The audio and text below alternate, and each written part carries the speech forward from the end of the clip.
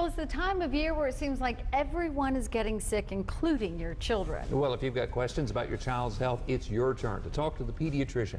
Dr. Jim Anderson will take your calls at 8:15. Go ahead and give us a call now, though. The number is 1-800-807-8255.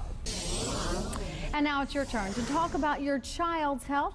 Dr. Jim Anderson is here to take your calls. The number 1-800-807-8255. 1-800-807-8255. Good morning. Good morning. Good to have you here. Thanks for having me. I believe we have a caller on the line. Good morning. Good morning. What's your question? I was calling because my son has had a whole fingernail to come off. I kind of brushed it to the side, but then he had a whole toenail to come off. Oh, my. Someone told me that it was signs of diabetic, but I was wondering what could they be signs of other than damage or too small shoes? Well, what I would do is I definitely have that taken a look at. Sometimes the nails will come off because you have a pretty severe fungal infection of the nail itself. And if that's the case, then some antifungal medicine that you have to take for a little while will help to take care of that infection.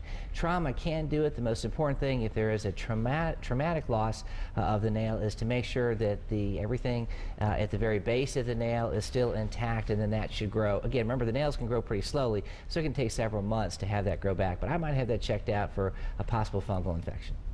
Let's go to Trinity, where Vicky's standing by. Good morning, Vicki.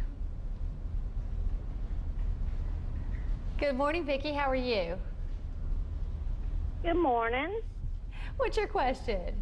My question is, I have a 9-year-old daughter, and she has a lot of allergies this fall, and I would like to know what I can give her over the counter for the sinus drainage and the blowing the nose all the time.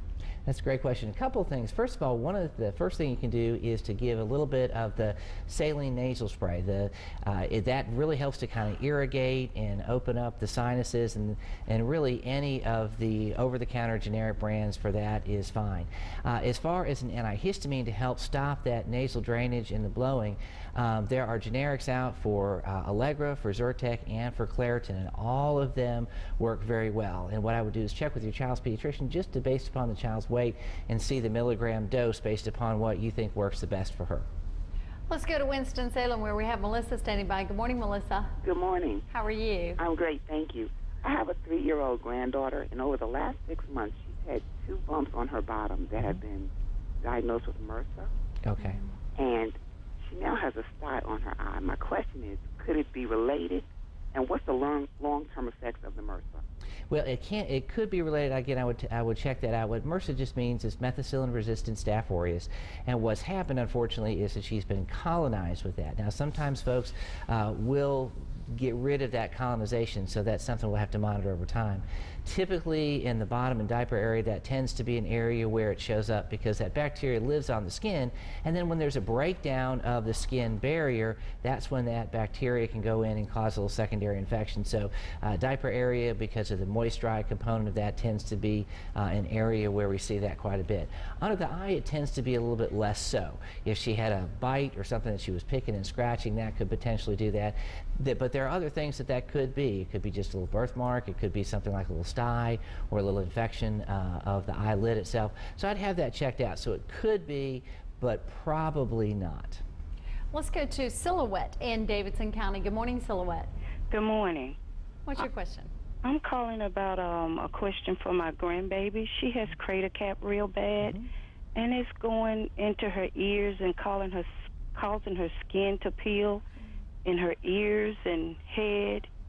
Well, the first thing that I would do is I would start with something like some Selsun Blue shampoo and do that at least 2 to 3 times a week, using just like a soft brush or the rough side of a washcloth to kind of really rub that into the skin. And when you rinse, though, make sure the water rinses backwards so it does not get into the kid's eyes, and that will help.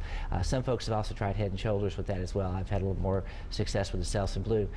If that doesn't do it, talk to your healthcare provider, because there are some foams that we can use for very bad seborrhea of the scalp. Also, for the little area down behind the ears, use a little 0.5 to 1% hydrocortisone and apply that maybe 2 times a day to 3 times a day for about a week to 10 days. That should really help that to get a whole lot better as well. All right. Thank you so much for being with us. Thanks for having me. Good My to pleasure. see you.